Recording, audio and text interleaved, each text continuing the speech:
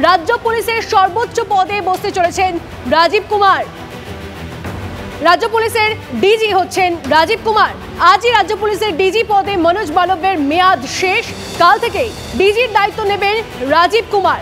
রাজীব কুমার এমন একজন IPS officer যার চাকরির প্রথমার্ধ অসাধারণ দক্ষতার জন্য প্রশংসিত এবং দ্বিতীয়ার্ধে বিতর্কে মোড়া।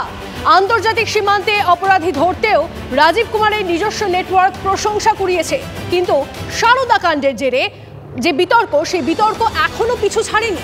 সূত্রের খবর, আইটি সচিব থাকার সময়ও মুখ্যমন্ত্রী একাধিক বড় সিদ্ধান্ত নেওয়ার ক্ষেত্রে রাজীব কুমারের ওপর ভরসা করেছেন।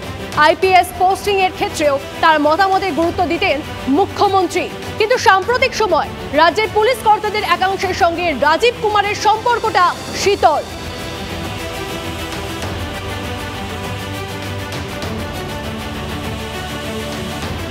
এদিকে রাজীব কুমার ডিজি হতেই বিস্ফোরক কুণাল ঘোষ। উনি দক্ষ প্রশাসক, ভালো আইপিএস, ভালো থাকুন, কারণ নির্দেশে আমার মতো নির্দোষকে বলি দেবেন না। এই মন্তব্য কার? মন্তব্য কুণাল ঘোষের, শোনাবো।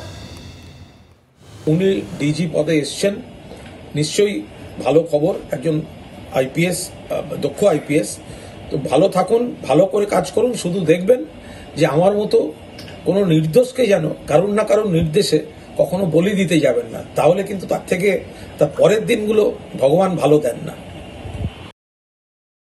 এই নিয়ে কথা বলবো। এই নিয়ে আমাদের সঙ্গে রয়েছেন আমাদের পলিটিক্যাল ব্যুরো চিফ রাজা চট্টোপাধ্যায়। রাজা, কুণাল ঘোষ যে মন্তব্য, সেই মন্তব্য আমরা শোনাচ্ছিলাম দর্শকদের, সেই মন্তব্যের পর কি আরো একবার বিতর্ক উস্কে গেল? দেখো, আজকে খুব সহজ কথায় বলতে গেলে এই মুহূর্তে talk of the town Rajeev কুমারের এই প্রমোশন। তিনি প্রায় 4 বছর পুলিশিংয়ের বাইরে ছিলেন, অন্তত অ্যাপারেন্টলি আমরা চর্মচক্ষে তাই দেখেছি। আইটি সেক্রেটারি, একজন আইপিএস, মাথায় রাখতে হবে রুড়কি থেকে আইআইটিতে উত্তীর্ণ, ফলে তার যা ডিগ্রি, দেশের খুব কম পুলিশ অফিসারের তা আছে। তার দক্ষতা নিয়ে তার অতি বড় যারা সমালোচক, তারাও কোনো প্রশ্ন তুলতে পারেন না। বাম আমলেও তিনি ছিলেন ব্লু হোয়াইট বয়, তারপর 2011-এ যখন সরকার আসে তৃণমূল কংগ্রেস, তারপরেও ধীরে ধীরে তিনি তার জায়গা তৈরি করে নেন, মমতা বন্দ্যোপাধ্যায়ের একান্ত আস্থাভাজন হয়ে ওঠেন। কিন্তু তার জীবনের যে ব্ল্যাক প্যাচটা শুরু হয়ে যায় সারদা তদন্তের সময় থেকে, যে সিট তৈরি করা হয়েছিল তার প্রধান ছিলেন তিনি।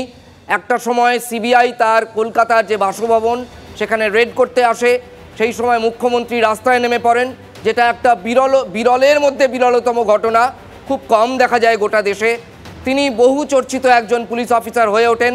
তারপরে শিলংয়ে তাকে জিজ্ঞাসাবাদ করা হয়, কিন্তু তারপর যে ব্যক্তি, যে পুলিশ অফিসার জীবনে খাদিমকর্তা অপহরণ মামলা থেকে শুরু করে মাওয়িস্টদের সঙ্গে মণিপুরের ইনসার্জেন্ট গ্রুপের লিঙ্ক, এইসব বড় বড় জিনিস এক্সপোজ করেছেন, যিনি অনেক রহস্য সলভ করেছেন, তিনি কি করে আইটি সেক্রেটারি হয়ে গেলেন এবং কেনই বা মেইন স্ট্রিম পুলিশিং থেকে তাকে সরিয়ে দেওয়া হলো প্রায় 4 বছর, এটাই রাজ্যবাসীর কাছে একটা বড় রহস্য হয়ে দাঁড়ায়। যাক, সেসব এখন অতীত। এই মুহূর্তে তার পদ হচ্ছে, তিনি এখন অচিরেই, কালকেই সম্ভবত তিনি চার্জ দিতে যাচ্ছেন রাজ্য পুলিশের সর্বাধিনায়কের। আমরা যখন দেখছি যে দলের মধ্যে, শাসক দলের মধ্যে ওল্ড স্কুল গার্ড, তারা যেমন আবার নেতৃত্বে আরো প্রমিনেন্ট হচ্ছেন, সুব্রত বক্সী সমস্ত সমস্যা মেটানোর চেষ্টা করছেন, প্রশাসনেও পুলিশেও কিন্তু আবার সেই ওল্ড স্কুল গার্ড যারা মমতা বন্দ্যোপাধ্যায় তারা ফিরছেন। কিন্তু কুণাল বাবু তার পুরনো ক্ষোভ ভুলতে পারছেন না।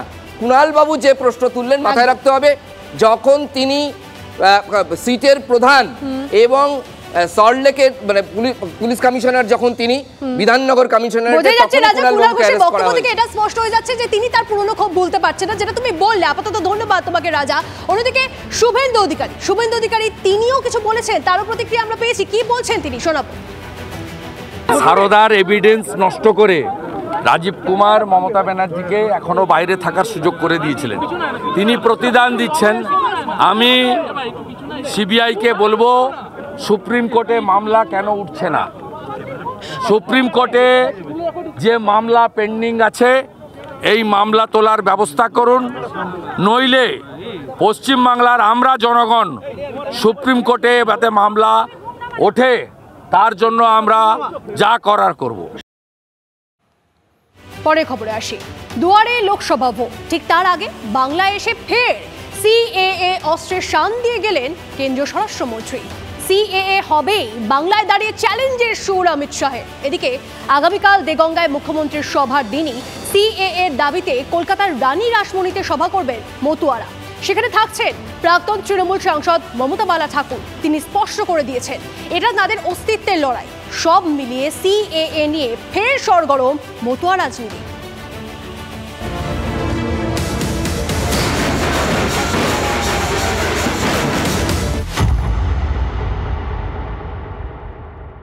सीए इस देश का कानून है, इसको कोई रोक नहीं सकता, सबको नागरिकता मिलने वाली है। ফের বঙ্গ রাজনীতির আলোচনার কেন্দ্রবিন্দু সিএএ। গ্রামের ভোট হোক বা লোকসভা নির্বাচন, বাংলায় মতুয়া ভোট বরাবরই অন্যতম ফ্যাক্টর। এ রাজ্যে 30টি বিধানসভার ফল ওলটপালট করে দিতে পারেন মতুয়ারা, মনে করেন রাজনৈতিক পর্যবেক্ষকরা। 6টি লোকসভা আসনে মতুয়াদের ভালো রকমের উপস্থিতি। সেই মতুয়া ভোটে একসময় বামেরা, তারপর আধিপত্য জমায় তৃণমূল। আগের লোকসভা ভোটে উদ্বাস্তুদের নাগরিকত্ব দেওয়ার আশ্বাস দিয়েছিল বিজেপি। 2019 সালে মোদী দ্বিতীয়বার ক্ষমতায় আসার পর সংসদে দুকক্ষে পাশ হয়েছিল নাগরিক সংশোধনী বিল। তারপর 4 বছর কেটে গেলেও সেই বিষয়ে রুল তৈরি করা হয়নি। সিএএ এর রুল তৈরির দায়িত্বে অমিত শাহের মন্ত্রক।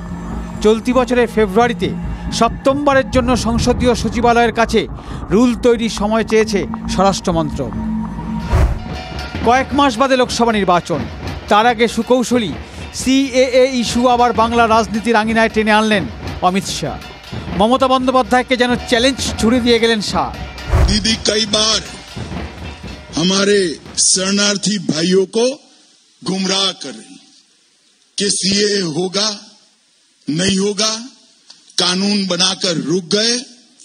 आज मैं आप सबके सामने कहकर जाता हूं, सीए इस देश का कानून है, इसको कोई रोक नहीं सकता, सबको नागरिकता मिलने वाली है।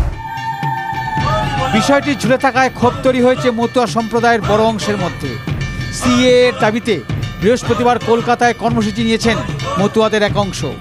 সেই কর্মসূচিতে যোগ দিতে চলেছেন তৃণমূলের প্রাক্তন সাংসদ মমতা বালা ঠাকুর। একই দিনে দেগঙ্গায় মুখ্যমন্ত্রীর সভা, তারপরও কলকাতার কর্মসূচিতে থাকছেন মমতা বালা।